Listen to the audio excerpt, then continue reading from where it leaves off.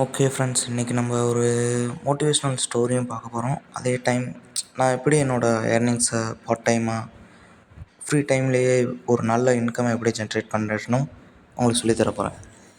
Okay case, இப்போ நம்ம வீடியோக்குள்ள போகிறதுக்கு முன்னாடி ஒரு யூஸ்ஃபுல்லான விஷயத்தை நீங்கள் தெரிஞ்சுக்கோங்க. கண்டிப்பாக எல்லாரும் யூஸ்ஃபுல்லாக ஜஸ்ட் சிம்பிளாக இன்ஸ்டாகிராம் வச்சு ஃபேஸ்புக் வச்சு ஒரு போஸ்ட் போட்டு ஒரு டேக்கு 200 ஆவரேஜ் ஜாயின் பண்ணலாம். ப்ளஸ் இது ஒரு 5 மினிட்ஸ் தான் ஸ்பெண்ட் பண்ண போகிறோம் அப்படின்றதுனால யார் வேணால் பயன்படுத்திக்கலாம் இந்த ஆப்பர்ச்சுனிட்டி. இது கொஞ்சம் டீட்டெயிலாக பாருங்கள். ஸ்கிப் பண்ணாதீங்க. பெரிய தப்பு. தினம் 300 ரூபாய் சம்பாதிக்க அரிய வாய்ப்பு. இன்ஸ்டாகிராம், ஃபேஸ்புக் பயன்படுத்த தெரிந்தால் போதும். Content post and content publishing மூலமா தினம் 300 ரூபாய் சம்பாதிக்கலாம். இந்த வேலை செய்ய 5 நிமிடம் போதும். Work training support, group communication support, all language customer live chat support, முக்கியமா சொந்தமா ஒரு பிசினஸ் ஸ்டார்ட் பண்ற அளவுக்கு உங்களால கற்றுக்கொள்ளவும் முடியும், சம்பாதிக்கவும் முடியும். இந்த வேலை வாய்ப்பு வழங்குவது 5 வருடத்திற்கு மேல ரன் ஆகிட்டு இருக்க நம்ம தமிழ்நாட்டு company school of business organisation private limited. மேலும் விவரங்களுக்கு டிஸ்கிரிப்ஷன்ல கொடுத்திருக்க நம்பருக்கு வாட்ஸ்அப் பண்ணுங்க. இப்போ நம்ம ஸ்டோரிக்குள்ளே போகலாம்.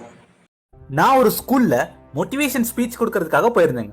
அப்படி பேசும்போது நடுவுல சில குட்டி கதைகளை சொல்லுவேன். ஒரு முறை ஒரு ஸ்கூல்ல ஒரு 5 கதை சொன்னேன். பேசி முடிச்ச பிறகு நான் சொன்ன இந்த 5 குட்டி குட்டி கதைகள்ல எது உங்களுக்கு ரொம்ப பிடிச்சிருந்ததுன்னு கேட்டபோது நிறைய பேர் அந்த ஜமீன்தார் கதை தான் அப்படின்னு அந்த கதையை சொல்லியிருந்தாங்க. அதே மாதிரி நான் வேற 2 ஸ்கூல்ல பேசும்போதும் இந்த ஜமீன்தார் கதை தான் எங்களுக்கு ரொம்ப பிடிச்சிருக்கு அப்படின்னு நிறைய பேர் சொல்லியிருந்தாங்க. இதுவரை நான் இந்த கதையை நம்ம சேனல்ல சொன்னதில்ல.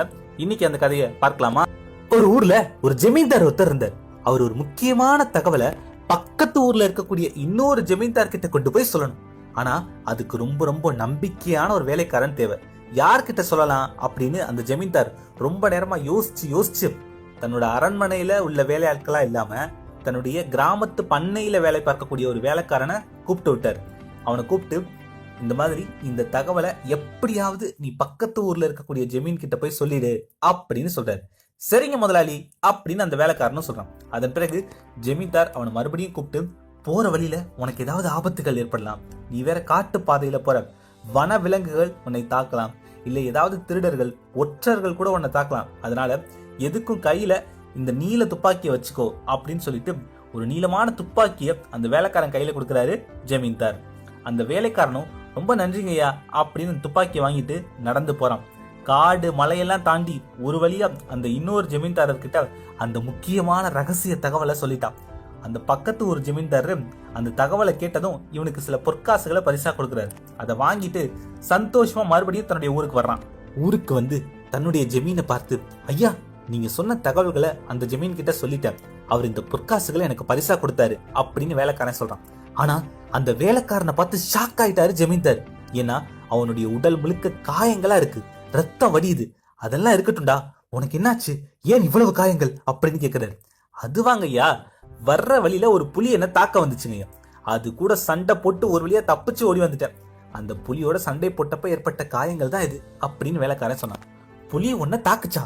அதான் நான் உன் பாதுகாப்புக்கு கையில துப்பாக்கியை கொடுத்திருந்தனே, அந்த துப்பாக்கியை நீ பயன்படுத்தலையா அப்படின்னு கேட்டாரு ஜமீன்தார். ஆமாங்க ஐயா, புலி பாஞ்சு வந்ததுல அந்த துப்பாக்கி கொஞ்சம் தள்ளி போய் விழுந்துருச்சு, அப்புறமா எப்படியோ தள்ளி போய் அந்த துப்பாக்கி எடுத்து அந்த துப்பாக்கி வச்சு புலியோட மண்டையிலே நங்கு நங்கு நங்குன்னு அடிச்சுட்டு தப்பிச்சு ஓடி வந்தேங்க ஐயா. நீங்க கொடுத்த துப்பாக்கி மட்டும் இல்ல அப்படின்னா புலியை அடிச்சிருக்கவே முடியாது, நல்ல கனமான கை தட்டிங்க ஐயா, ரொம்ப நன்றிங்க ஐயா அப்படின்னு சொன்னா வேலைக்காரன். உடனே ஜமீன்தார் கேட்டாரு, துப்பாக்கிய வச்சு புலியை அடிச்சியா?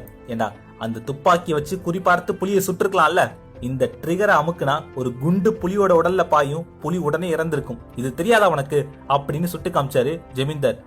ஐயா நான் ஏதோ இது கைத்தடின்ல நினைச்சேன், இதை வச்சு இப்படி சுடலாமா அப்படின்னு கேட்டா அந்த வேலைக்காரன். அந்த வேலைக்காரனை போலதான் நம்மள சிலர் இன்னைக்கு இருக்கிறோம். இன்னைக்கு ஏராளமான வாய்ப்புகள் கொட்டி கிடக்கும். இன்னைக்கு ChatGPT, Gemini, DeepSeek, Perplexity, குரோக்னு ஏகப்பட்ட ஏஐ மாடல்ஸ் வந்துருச்சு. உங்களுடைய வேலையை எளிதாக்குவதற்கு ஏகப்பட்ட ஏஐ டூல்ஸ் வந்துருச்சு. ஆனா இன்னமுமே நிறைய பேர் இதையெல்லாம் பயன்படுத்துறதே இல்லை. சாட் ஜிபிடினா என்ன அப்படி நிறைய பேருக்கு தெரியறதே இல்லை. ஆரம்பத்துல எல்லாரும் என்ன நினைச்சாங்க, புது புது ரோபோஸ்லாம் வரும், ஆனா அதனால ப்ளூ காலர் ஜாப்ல இருக்கக்கூடியவங்க வேலைகள் பாதிக்கப்படும். உதாரணத்துக்கு டாய்லெட் கிளீன் பண்றது, ரோடு போடுறது, மூட்டை தூக்குறது, இந்த மாதிரியான வேலைகள் தான் பாதிக்கப்படும் அப்படின்னு நினைச்சாங்க. ஆனா இன்னைக்கு இருக்கக்கூடிய ஏஐ டூல்ஸ் எல்லாமே கிரியேட்டிவா வேலை பார்க்குற மாதிரி வந்துருச்சு. நீங்க என்ன வேலை பார்த்தாலும் சரி, உங்க வேலையில சாட் ஜிபிடியை பயன்படுத்தும் போது உங்களோட வேலையை இன்னும் சீக்கிரமா பண்ண முடியும், உங்களோட அவுட்புட்டை இன்னும் சிறப்பா கொண்டு வரவும் முடியும்.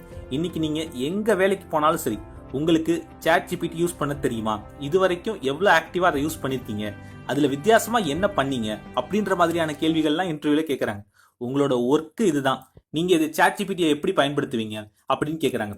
தயவு செஞ்சு இந்த ஏஐ டூல்ஸ் எல்லாம் இனியாவது யூஸ் பண்ண கத்துக்கோங்க. சாட் ஜிபிடி, கிளாடு, பெர்ப்ளெக்சிட்டி இந்த மாதிரி நிறைய எல்எல்எம் மாடல்ஸை நீங்க பயன்படுத்தும் போது உங்களோட வேல்யூ இன்னும் அதிகமா. சில பேர் சாட் ஜிபிடிலாம் யூஸ் பண்றீங்க, ஆனா அவங்களுக்குமே அதை இன்னும் எப்படி எஃபெக்டிவா யூஸ் பண்றது அப்படின்னு தெரியல. உதாரணத்துக்கு இப்போ இந்த வேலைக்காரன் எப்படி அந்த நீல துப்பாக்கிய ஒரு கைத்தடி மாதிரி பயன்படுத்திக்கிட்டு இருந்தானோ, அதே மாதிரிதான் நிறைய பேர் சாட் ஜிபிடியை ஒரு கைத்தடி மாதிரி பயன்படுத்திட்டு இருக்காங்க.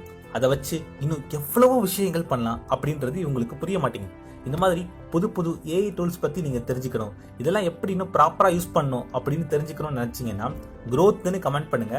நான் எப்படி சாட் ஜிபிடியை இன்னும் எஃபெக்டிவா யூஸ் பண்ணலாம், இந்த மாதிரி இன்னும் என்னென்ன புது புது ஏஐ டூல்ஸ், ஏஐ ஏஜென்ட்ஸ்லாம் வந்திருக்குன்னு நிறைய இன்ட்ரெஸ்டிங்கான விஷயங்களை உங்களுக்கு அடுத்தடுத்த வீடியோல சொல்றேன். ஏஐ டூல்ஸ் மட்டும் இல்லைங்க, நம்மளோட மைண்டை நம்ம சரியா பயன்படுத்தினா இன்னும் பெரிய விஷயங்களை நம்மளால பண்ண முடியும். ஆனா இன்னும் நிறைய பேர் நம்மளோட மனசை சாதாரண கைத்தடி மாதிரி தான் பயன்படுத்திட்டு இருக்கோம். நவீன ரக துப்பாக்கிகள் மாதிரி பயன்படுத்த வேணாம், அட்லீஸ்ட் ஒரு கை துப்பாக்கி மாதிரியாவது உங்களோட மைண்டை பயன்படுத்த கத்துக்கோங்க. புது புது விஷயங்களை கத்துக்கோங்க. புது புது விஷயங்களை தெரிஞ்சுக்கிட்டு எப்போதும் உங்களை அப்டேட்டடா வச்சுக்கோங்க. அப்படி இன்னைக்கு இருந்தாதான் உங்களால சர்வை பண்ணவே முடியும். ட்ரீம் பிக், அச்சீவ் பிக், என்பதெல்லாம் இயல்பு.